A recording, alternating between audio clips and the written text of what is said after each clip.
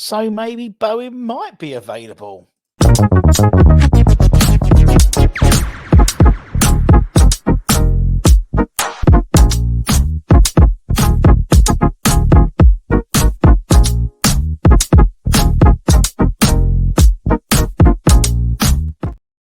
Yes, everybody, Russ on the West End Network. Hope you're all safe and well. Happy Friday. It's Hammers Headlines in association with the KUMB.com boys.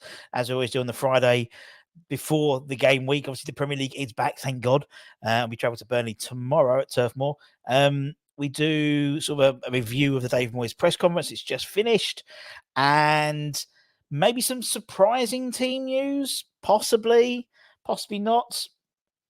Or maybe he's just eking it out until tomorrow in terms of making a decision. So in terms of the team news itself, we know Mikel Antonio would not be available. And he said he's got a small injury. It's not serious. It'll probably keep him out for a couple of weeks. I think give or take 2 weeks. I don't want to nail down an exact time scale that's meant to be about that long. We hope Jarrod will be available tomorrow against Burnley, but we will make a decision on that. So he could be available. No talks about Kudus and whether he'll be available. But asked about the team news, he said those were the two that we knew were injured as such. You know, both pulling out of their respective international team camps for injuries. Obviously, Antonio went off after 18 minutes with a suspected hamstring injury, but the sounds of it, he'll be back sort of in a couple of weeks' time, which is useful because we've got a shitload of games coming up, and Moyes talks about that in a bit. Whereas Bowen obviously had a minor injury, which meant he didn't travel to North Macedonia and came back. So, by the sounds of it, and it's fluid on the knee, so maybe it's something that can be treated. I think obviously we do play back at Topola on Thursday, so I think the likelihood is if Bowen plays tomorrow, he won't play again on Thursday. Kudus, we know, has a back injury and played despite pulling up at training for Ghana. He played the second half of the game against Comoros, and they then obviously he had to then get a flight back. He's had a back injury for quite some time by all accounts, so he may well be patched up. Reports were he was dead on his feet when he came back from the flight, but a day or so's rest. We'll see what happens. Obviously, he was asked about the schedule. Lots of games coming up. And when asked about the schedule, he said that it's going to be really difficult. It's going to be difficult to give an answer to it. I wish someone would look at scheduling. We're thrilled to be in Europe. We want to compete in the Premier League and we want to go far in domestic cups.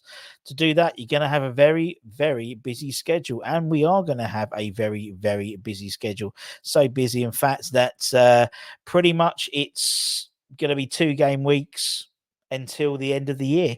Obviously, we play Saturday, then we play Thursday, then we play the following Sunday against Crystal Palace, then we play Spurs in the Premier League, then we play Fulham away on the weekend, then we play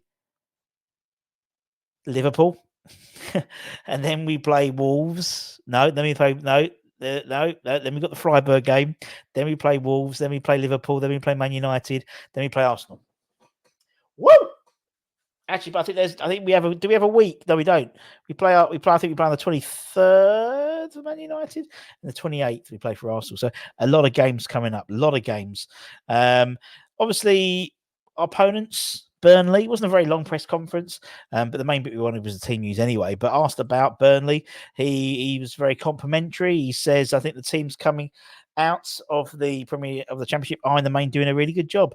I remember my time with Preston and teams like Bolton and Blackburn come up and we're in the Premier League for a long time. It's been a challenge for the promoted teams this season, but I don't think there's anything to say about any gap between the 2 leagues, although all 3, apart from Everton, the bottom 3 are all actually the bottom 4. 3 of the bottom 4 are actually the promoted sides. Asked about some a bit more details. It's incredibly tough to battle against relegation. It's a really difficult job. A lot of stresses and worries with it because you're desperate to get away from the bottom end. It's not something I've ever enjoyed or want to do again if I can help it. And then asked about Vinny Kompany. He said Vincent, I'm sure, has got some incredible people who he's worked with and who have given him some great advice. I admire him, though. I'd admired him as a player, had a great career, and I have to say he's had a great start to his managerial career. And indeed, if you watched our show with Dan from Turf Moorhouse on yesterday, last night, he was talking about Vinny Kompany and how, he's clearly got a project in mind, and maybe Premier League promotion gets come a bit too early, and that's why they've had to spend almost £100 million in the summer on new recruits, with the majority of the players who got them up into the Championship on the bench. And finally, he was asked about Everton. Obviously, Everton with their 10-point penalty for their one charge against financial fair play in terms of stadium costs, in terms of the new Stanley Park stadium costs, with a 10-point reduction in their Premier League points this year. Obviously, still means they're not bottom, because Burnley is still bottom, but they're second bottom. And obviously, with Everton very much one of his previous sides he managed, he was asked about that. It was really interesting, his points. He said, "I'm disappointed with the club generally. Sean Dyche for the club, not with the club, for the club. Sean Dyche has done a great job, and the club has been stabilised themselves. Sounds like there's something that the Premier League have had to jump in. There are rules, and we have to abide by rules in every walk of life, and it's no different for football clubs. I think Everton, even with the position they're in, have a great chance of being a Premier League club next season. Yeah, they ain't going down, are they, next season? This season at all. I think there's a lot worse clubs, even with a 10-point penalty. They'll be perfectly fine. But the main takeaways is Antonio's out, probably back mid-December. Bowen could play tomorrow, question mark on his head.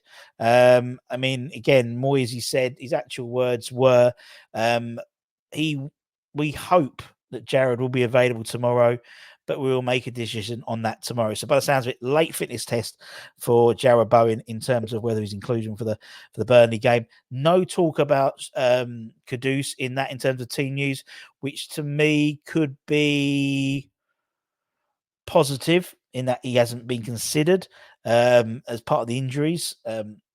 If it's a continuation of an issue he's had before. So maybe 2 question marks. Maybe Bowen and Kudus could both play. Maybe. We'll see. Anyway, keep an eye on the channel. Loads of stuff coming up. All the pre-match and starting 11s and stat attacks and all that will be happening tomorrow. And until next time, stay safe, stay warm, stay humble, keep the faith, my friends, and come on, you bloody irons.